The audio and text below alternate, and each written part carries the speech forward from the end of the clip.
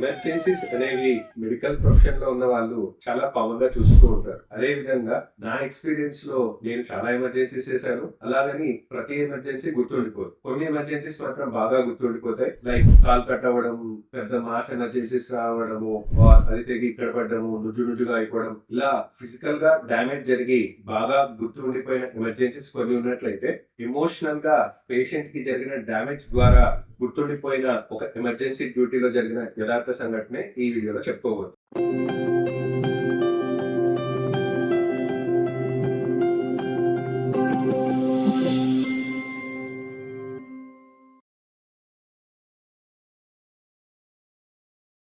ఆ రోజు ఒక 45-50 ఇయర్స్ ఉన్న ఒక జెంటిల్మెన్ మనకు అరౌండ్ 11 to 12 o'clock మధ్యలో క్యాజువాలిటీకి రావడం జరిగింది. ఆ టైంలో ఎందుకు వచ్చారు అంటే, పొత్తి కడుపులో అంతా బాగా నొప్పి వచ్చేసింది అండ్ యూరిన్ అసలు లాస్ట్ 4 to 5 hours నుంచి రావట్లేదు అనే కంప్లైంట్ తో ఆ పేషెంట్ ఒక్కరే రావడం జరిగింది. తీరా మళ్ళీ ఎందుకు యూరిన్ రావట్లేదు అని జనరల్లీ ఒక ఏజ్ తర్వాత ప్రాస్టేట్ గ్రంథి పెరిగితే కూడా మనకి ఈ ప్రాబ్లమ్స్ వస్తుంటాయి కాబట్టి అప్పటికప్పుడు స్కాన్ చేసి చూస్తే ప్రాస్టేట్ అంతా తనకు నార్మల్ గానే ఉన్నట్టు తెలిసింది. తర్వాత ఎందుకు ఈ ప్రాస్టేట్ ప్రాబ్లం లేకుండా ఈ వయసులో యూరిన్ ఎందుకు ఆగింది అని చూసుకున్నప్పుడు తనని ఫిజికల్ ఎగ్జామినేషన్ చేసినప్పుడు తనకి ఒక ఫైండింగ్ అనేది కనపడడం జరిగింది. ఆ ఫైండింగ్ ఏంటి అంటే, తనకు యూరిన్ వచ్చే మార్గం అంటే అంగం ఏదైతే ఉందో అంగం పైన ఆ ఫోర్స్ కి పూర్వచర్మం అనేది పూర్తిగా పెరిగిపోయి యూరిన్ ఎక్కడి నుంచి అయితే బయటికి రావాలో ఆ మార్గం పైన కూడా చర్మం అనేది గ్రో అయిపోయి తనకు యూరినే సడన్ గా ఆగిపోవడం వల్ల తను ఎమర్జెన్సీకి రావడం జరిగింది. ఈ ఫైండింగ్ ఎప్పుడైతే చూసామో అప్పుడు ఒకసారి పేషెంట్ ని, ఏమండి ఇంత అర్ధరాత్రిలో వచ్చి ఎందుకు ఇబ్బంది పెట్టారు మమ్మల్ని, ఈ ప్రాబ్లం మీకు ముందు నుంచే తెలుస్తూ ఉంటుంది కదా, ఇన్ని రోజుల నుంచి రాకుండా ఇప్పుడే ఎందుకు వచ్చారు అని అడిగినప్పుడు అప్పుడు పేషెంట్ తన మనసులో బయట పెట్టి, లేదు సార్ ఇది ఆల్రెడీ నాకు ముందు నుంచి ఎప్పటి నుంచో ఉంది, దానికి ఇంకా ట్రీట్మెంట్ లేదనుకోని నేనేం చేయలేదు అన్నారు. ట్రీట్మెంట్ లేకపోవడం ఏందా, సరే ఈ ప్రాబ్లం గురించి ఎవరు చూపించారు, ఎప్పుడు చూపించారు అని అడిగినప్పుడు తను ఏమన్నాడంటే, ఇప్పుడు తన వయసు 45-50 అనుకుంటే తను 25-26 సంవత్సరాలు ఉన్నప్పుడు ఆల్రెడీ ఇదే ప్రాబ్లాన్ని తను గుర్తించి చర్మం వెనక రావట్లేదు అని అక్కడ ఎవరో లోకల్ గా ఉన్న పెద్దగా చదువుకొని ఆర్ఎంపీ డాక్టర్ దగ్గరికి వెళ్ళడం జరిగింది. ఆ ఆర్ఎంపీ డాక్టర్ ఏం చేశాడు, తనకున్న కొద్ది గొప్ప జ్ఞానంతో అంగం పైన ఉన్న పూర్తి చర్మాన్ని తీయడం మానేసి జస్ట్ యూరిన్ వెళ్ళే మార్గం దగ్గర ఉన్న కొంచెం చర్మాన్ని మాత్రమే తీసేసి 90% పైగా చర్మాన్ని అలానే వదిలేసి వెళ్ళిపోయారు. వదిలేయడం వల్ల ఏమైంది, పేషెంట్ ఆ రోజుకి అప్పుడు ఏమి ఇబ్బంది పడలేదు, తర్వాత కొన్ని సంవత్సరాల వరకు కూడా ఏమి ఇబ్బంది కాలేదు. కానీ ఎప్పుడైతే అది చూడడానికి కొంచెం తేడాగా అతుకులుగా ప్యాచ్ గా ఉండిపోయిందో and complete treatment or complete satisfaction అనేది ఈ పేషెంట్ కి ఎప్పుడైతే దొరకలేదో అప్పుడు పేషెంట్ ఏమనుకున్నాడు,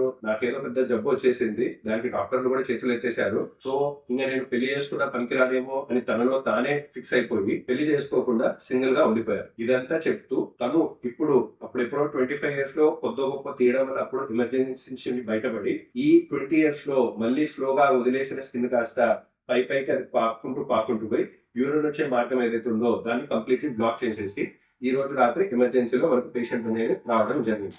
సో ఇప్పుడు ఇదేమైనా పెద్ద ప్రాబ్లమా, ఇంటర్నేషనల్ సమస్య, అసలు ట్రీట్మెంట్ లేని సమస్య అంటే అనే కాదు. లిటరల్లీ సుంతి ఆపరేషన్ అనేది తరచుగా చాలా ఫ్రీక్వెంట్ గా జరుగుతూ ఉంటుంది. కానీ ఈ పేషెంట్ వరకు చూసుకుంటే ఈ పేషెంట్ కనుక ప్రాపర్ ఒక మెడికల్లీ సర్టిఫైడ్ సర్జన్ దగ్గరికి వెళ్ళి ఉంటే, తనకు ప్రాపర్ ట్రీట్మెంట్ జరిగి ఉంటే ఇప్పుడు కథ ఏ విధంగా ఉండేది. తనకి ఎప్పుడైతే ఈ ఇంప్రాపర్ గా ఆ ఆర్ఎంపీ చేసిన సగం ట్రీట్మెంట్ వల్ల తను సైకలాజికల్లీ కూడా లేని జబ్బుని తనే ఊహించేసుకొని ఏదోదో అయిపోతుందని తన పేరెంట్స్ కి చెప్పుకోక అండ్ పెళ్లికి దూరం చేసుకొని అసలు పెళ్లి పిల్లలు లేకుండా సింగిల్ గానే బతికిపోయారు. ఇవన్నీ అడిగి మళ్ళీ తను ఇప్పుడు ఏమైనా ప్రొఫెషనల్లీ ఏమైనా బాగలేరా అంటే ఒక టాప్ పొజిషన్ లో బాగా సంపాదిస్తున్నారు. తర్వాత సరే ఇదంతా అయిపోయింది, దీనికేం పెద్ద మీరు భయపడాల్సింది లేదు, చిన్న సొల్యూషనే.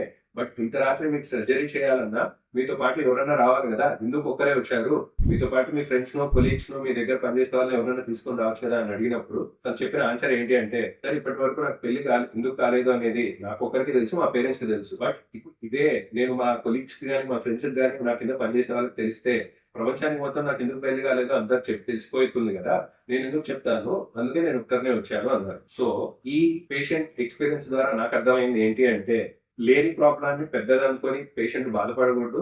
ఆర్ నిజంగా ప్రాబ్లం ఉంటే ఒక ప్రాపర్ సర్టిఫైడ్ సర్జన్ దగ్గరికి వెళ్ళి సలహా తీసుకోవాలి.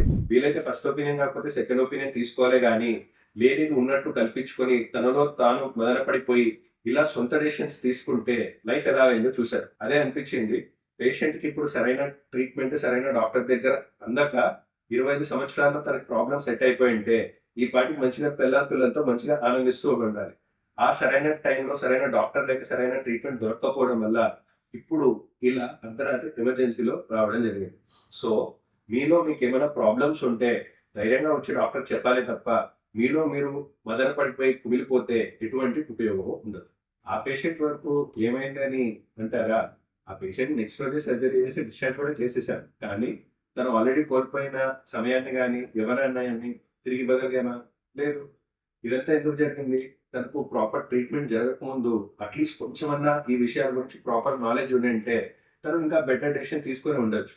సో, అందుకే మేము కంకణం కట్టుకొని మరి ఇలాంటి సెన్సిటివ్ టాపిక్స్ పైన పూసగుచ్చినట్టు బాగా అందరికీ సామాన్యుడికి కూడా అర్థమయ్యేలా తెలియజేయడానికి మరిన్ని వీడియోస్‌తో మీ ముందుకు వస్తూ ఉంటా.